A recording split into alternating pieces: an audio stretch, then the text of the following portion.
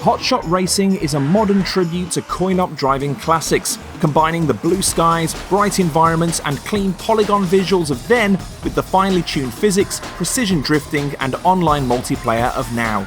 It's the creation of Lucky Mountain Games, led by veteran designer and racing enthusiast Trevor Lay, who wanted to bring the nitro-injected, sun-baked racers of his youth drifting and screeching into the present day.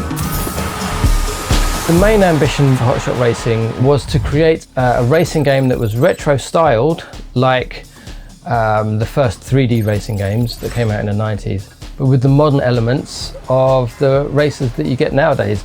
The mechanics underneath it are very much a modern racer, so it's very easy to get into, but it's got a sort of easy to do drift mechanic, but it's hard to master, so we've got some depth in there as well.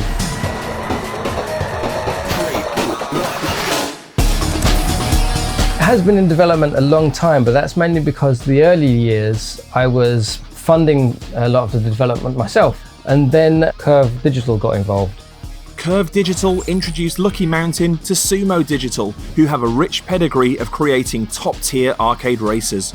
It proved to be the perfect partnership. Curve have worked with Sumo before on other games, so there was the opportunity to work with Sumo on Hotshot Racing. So obviously Sumo's got a massive legacy from Outrun 2 days right up till the latest Sonic races. So when we first got to see a build of Racing Apex, as it was known back then, we got the whole team around, fired it up, started playing, and basically the whole team fell in love with it. We think that Trev and the guys at Lucky Mountain Games just really nailed that beautiful polygonal early 90s arcade racing aesthetic. I mean, harking back to the likes of Daytona and Ridge Racer, Virtua Racing.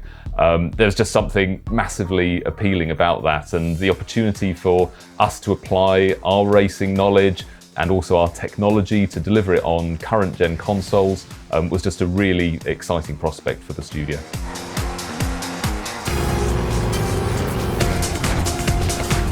Racing games of the 90s, because mostly they were in arcades, they were all very exciting, so they're all very loud, they had really great machines that you could sit in.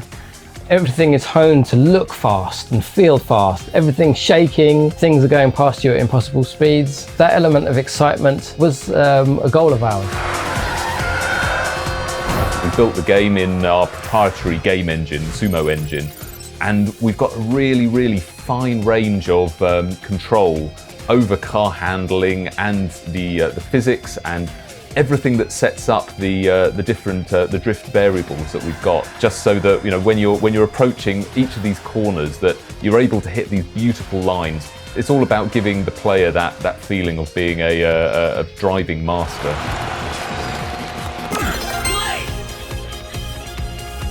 The sun's shining and the racers are ready for action. So we have 4 main areas. We've got coastal, we've got jungle, desert and alpine area, and each area has 4 tracks, so we've got 16 tracks in total, 32 cars. Each character has 4 vehicles, so there's a range of vehicles the player can choose from. Regarding what types of multiplayer we have, we've got 8-player online and we've got 4-player local co-op.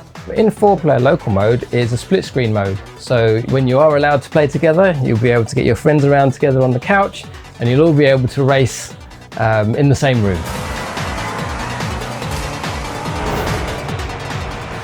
No 90s arcade racer is complete without a relentlessly up-tempo soundtrack, and so it was imperative that Hotshot Racing didn't just evoke the era's aesthetics, but also its audio. To achieve this, Lucky Mountain recruited the talents of Norwegian composer Waterflame and American musician Tiny House. We aimed for a very sort of 90s style soundtrack, so it's very loud, it's very high BPM to keep the player racing towards the finish line. It's not only a race against the other players, but also against the clock, and you really felt that pressure also back in the day in the arcade, because you paid a quarter and literal money was at stake. I wanted to really get out that rush and adrenaline, that constant drive that these games have.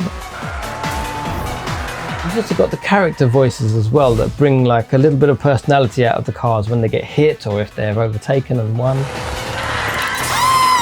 Drifting queen. When I first started working with the composers, they were on point straight away. They understood how this 90s soundtrack, 90s style soundtrack should sound.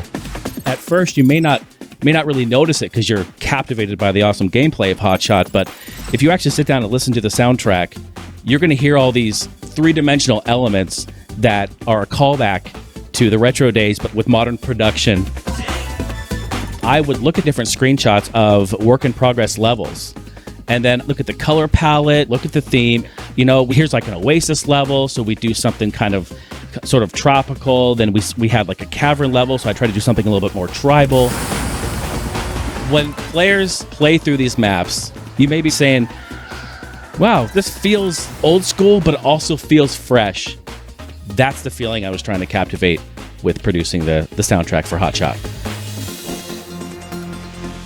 10 years, a name change and a shift to a new game engine later, and Hotshot Racing is finally approaching the finish line. For Trevor, it's been a labour of love that has surpassed even his own ambitions. So 10 years on from where I first started to where it is now, but with the help of Curve and especially of Sumo, it's now way beyond what I could have imagined 10 years ago. We've tried to really make as a core of the experience not only just a beautiful jump in, easy to understand, easy to play arcade experience, but also having enough breadth within there that fans of more modern racing games will be able to take something away from it as well. Everything from the visuals to the audio to the great raft of characters within there. It's just a massive nostalgia punch. So it's the melding of that and those great memories, those great feelings of playing these games, but having something that we think will sit well within the market today. And I think that's what we're really proud of with this game.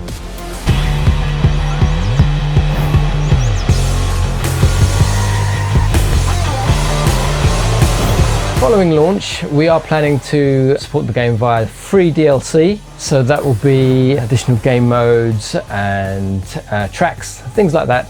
So we should have more updates on those as we come close to launch.